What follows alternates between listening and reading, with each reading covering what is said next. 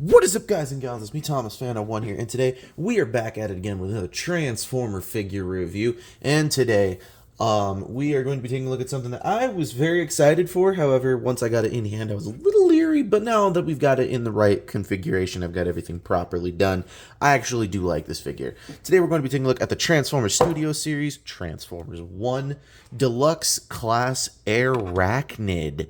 Yes, we have ourselves another fembot from the movie. So there is that. However, y'all know the rules. We don't take a look at this first. We take a look at the packaging first.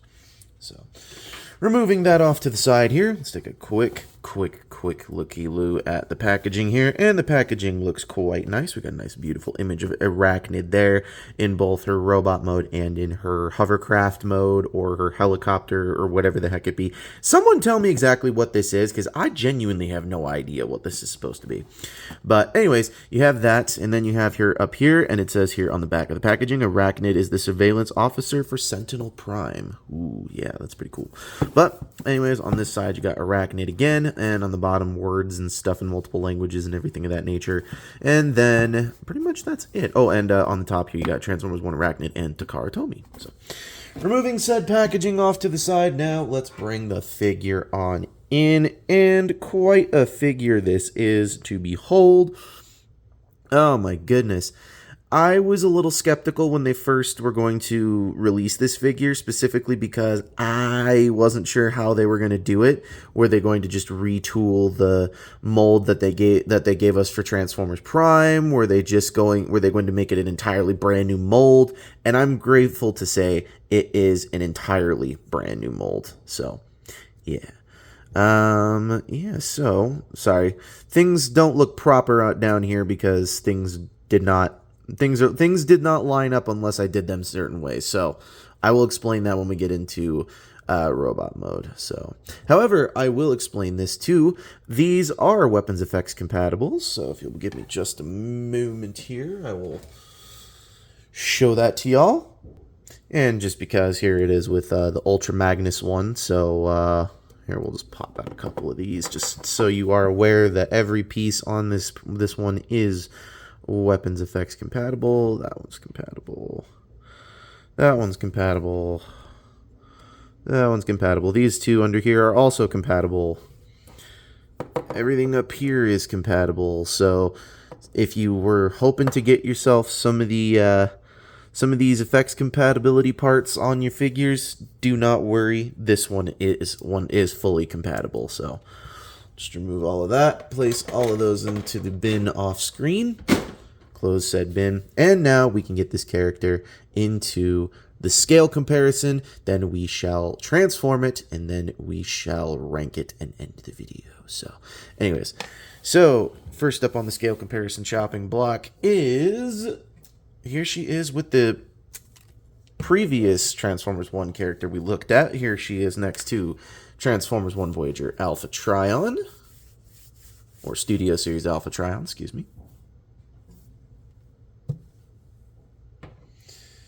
Here she is next to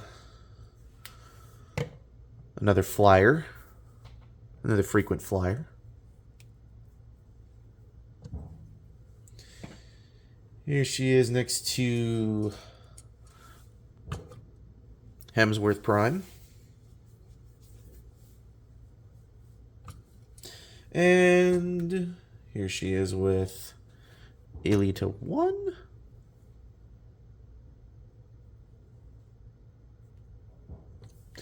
And finally, here she is with Sentinel, her boss.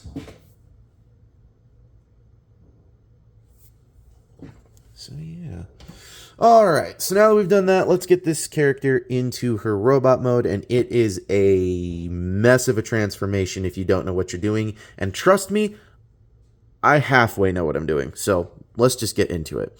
So first thing you do is you're going to take these legs and you're going to want to just rotate them at this hinge here, or at not this hinge, at this mushroom peg here. Do that. Nope, don't want that coming undone. That's the next step. You want to rotate this all the way around. Then you're going to want to undo these. You're going to want to untab these. They're just tab slots underneath here. and they do tab in quite nicely. So you can take that and you're just going to rotate this around, and I like to just bring it back up a little bit. So pretty much just untab it and rotate it around like so. And then we're going to bring it all down on these hinges here. And then we're going to take this and rotate on this hinge. On this hinge, excuse me. And then we're going to rotate one more time on that hinge. And then we're going to take this, and it's just going to, sorry, you don't want to rotate it again. You want to just collapse it in, but just make sure that you can see that that one goes there, and then flip out said foot. Let's undo these arms down here a bit to give us a little bit of room. And then, oh, you don't want to do that. You definitely don't want to do that. Basically, you're just going to rotate that around, and then these hip skirts are just going to line up into place like so. So try your best to, like, let's untab the arms, get them out of the way, so that way you have more room to bring this all the way around, and then you can just rotate this around, bring this up, make sure that collapses in, and then fold the leg down, and then rotate one more time like that, and then bring the hip piece like so right down there. Now the next thing you're going to do is move these out of the way, and if you haven't done so already, just untab them and bring them out. They are on 2 double hinges, but before you tab them in, you're going to flip the chest piece forward, and then we're going to bring all of this back bit here. That's on a double hinge. You're going to bring that all the way down, and you're going to fold the head all the way up, and then the chest is just going to rest into some nooks that are in here. So I don't know if you can see that properly, but there are there. So you're going to want to do that. And then you're going to bring the arms all the way around, and then those will just friction right on in there. And then there is a tab section in the middle that they will tab themselves into each other in there. So there is that. Now let's work on the arms. Flip this forward, flip in the gun, fold out the hand. Well, I didn't want to do that, but flip this up, rotate this around. Let's clip that back into place. Let's take the gun, let's tab it back in place. All right, so now you have her in her generalized robot mode. Now we get to work on the backpack. So yeah, this is going to be a lot of fun. Untab the top portion of the ring there. You're going to take it. You're going to then take this piece. You're going to bring it down, rotate it all the way around. Take this section here, untab it, and then you're going to bring all of this around, and all of those are just going to tab into place there. And then you're going to want to rotate this around to a point where this blade is going to tab in there, because there's only one blade that's got a tab, and there's only one place it can go, and that is in this slot. So you're going to want to do that.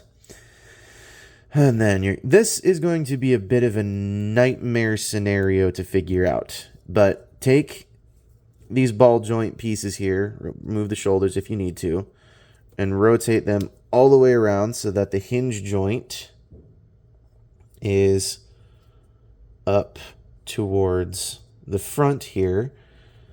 This is the best way that at least I have figured out how to do this. And make sure while you're doing this, make sure you take all of the legs and you just kind of angle them the way you want them to look. I kind of like them like this a little bit. So then there's that. And then you're going to take these legs.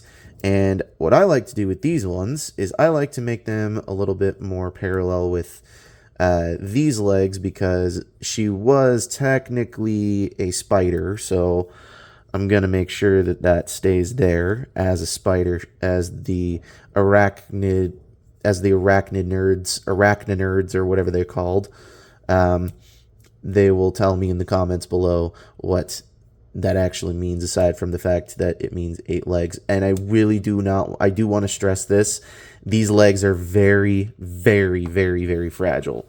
So be careful when you're handling them, because you may hurt something that you don't want to. So just be very, very careful when you're messing with them. So other than that, though, and then straight, let's get these arms right in the perfect spot. And you can also totally not only just have those legs going, but you can also give her the 8-legged look if you really, or the 6-legged look if you want to. So you can totally do that if you would like. However, for me, I'm going to take this and I'm going to angle this back up like it was. So there we go. And I think that just about does it. But there we have Airachnid in her robot mode. And oh, wait, hold on. There is one thing I forgot to do. You're going to take this piece and you're just going to just bring it all the way down. I totally forgot to do that. Sorry, folks. Now we're done. But here she is in her robot mode. And I got to be honest with you. This was one I really was looking forward to. I was looking forward to this, and I still am very pleased that this is here, because this is one of those figures that's like, are they going to do it? Are they going to do the actual multiple legs? Are they going to make this faithful to the character? And then when they do something like this, it almost justifies the $30 price point. It almost does. Just barely. So, yeah. Anyways, let's take a quick look at her going on here. Let's move the light source as we should. I like the fact that we've got the red stripes there. I do also like the fact that the majority of this figure did not need paint. Like, seriously, this figure did not need paint. Because literally, the whole figure was gunmetal gray or black. And they gave us gunmetal gray. So, I can't complain about that. Alright. Let's get her into scale comparisons, then we shall rank her, and then we shall end the video. So, here she is next to our previous Transformers 1 review. Here she is next to Voyager Alpha Trion from Studio Series.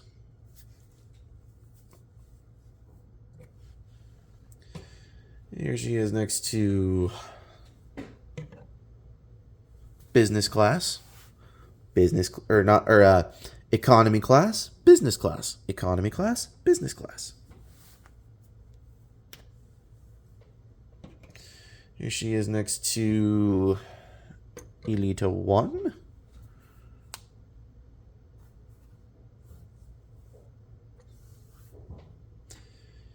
Here she is next to Hemsworth Prime.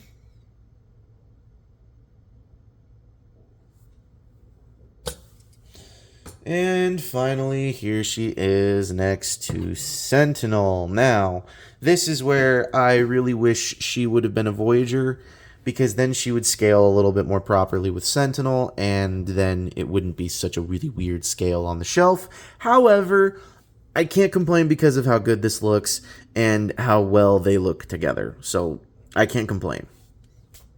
So, yeah. Alrighty, so now, getting into the final thoughts on this figure. Well, I literally have to subtract a couple of things from myself at this current moment here, because I have to subtract the fact that I love the design. I have to subtract the fact that I fell in love with the figure the minute I saw that it was going to be released like this. I have to subtract the nerd in me that loves this, okay? As a device, I have to be a little bit more divisive here on this. And to be divisive on this, is an 8-year-old really, seriously, like, is an 8-year-old really going to sit there, take the time, get this whole thing figured out, and not break something? Because as somebody in their mid-20s, I already almost broke something on this figure when I was trying to get it into vehicle mode. And then now from vehicle mode into robot mode, we already had the leg pop off once. And we already had one of these tiny little spindly legs pop off as well. So I'm trying to justify the point of, I'm a collector, but I need to judge this as if I was an 8-year-old. And as an 8-year-old, I have to say that I don't know that I would 100% go back to this figure and or purchase more if this is my first experience. Because this right here is already just a problem. And I do not know of all the things that Hasbro was doing when they designed it, but at the same time, as an adult, I can agree with a couple things. However, as a subjective 8-year-old, I have to then say, it looks cool. That's pretty much the only thing I can do as an 8-year-old. So judging this as a collector, I have to judge this as, this is a great figure for your shelf. This is an amazing figure for you to pick up. However, if I'm to say, oh yeah, go out and buy this for your kids, I'm going to say, don't go and buy this one for your kids. I would much rather see a kid break this, because this is much more easily accessible, and all the parts on this are really fragile. So I don't really think this is for an 8-year-old, but as a collector, I'm going to judge this at a, you know what, let's judge it a little sparingly. Let's make this a 7.75. Not quite an 8 yet. Not quite an 8, but a 7.75.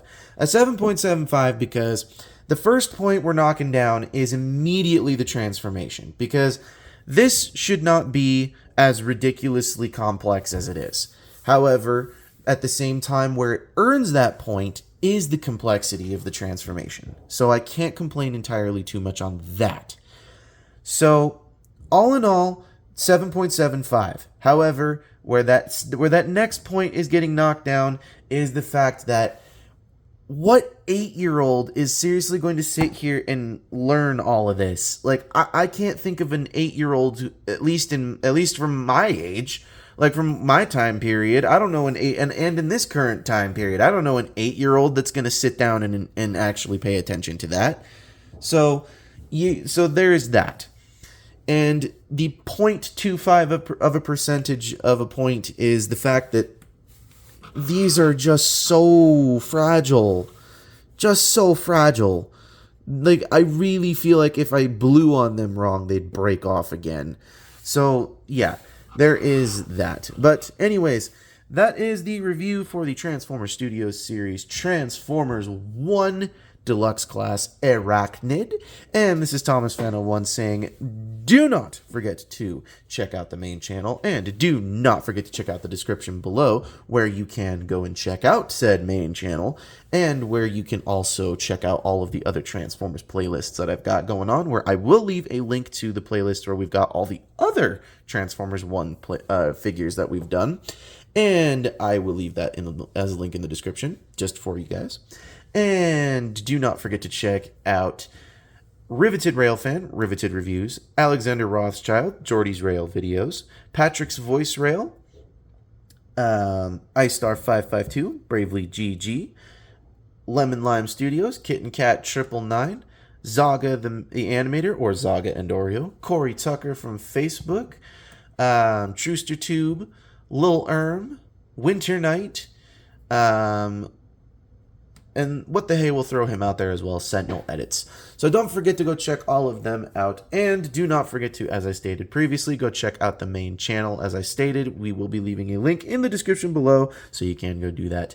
And once again, please do not forget to subscribe, because we are very close to 2K. Yes, we are very close to the Y2K subscribers. And I might be able to do something fun for that. And if we do get to 2,000 subscribers this year, I will do something special. Be rest assured. So, anyways, this is Thomas Fan01 saying, do not forget to keep playing with your toys.